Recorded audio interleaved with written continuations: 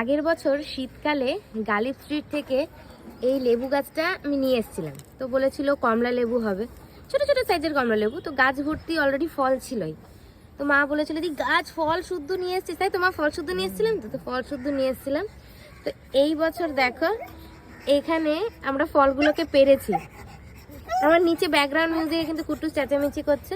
তো যাই হোক, এ দেখো এখানে আমরা ফলগুলোকে পেরেছি, অরেঞ্জগুলোকে পেরেছি। এবার আমরা একটা পিল করে দেখবো যে অরেঞ্জগুলো, এখন আমরা পিল করে দেখি যে এটা কেমন অরেঞ্জ।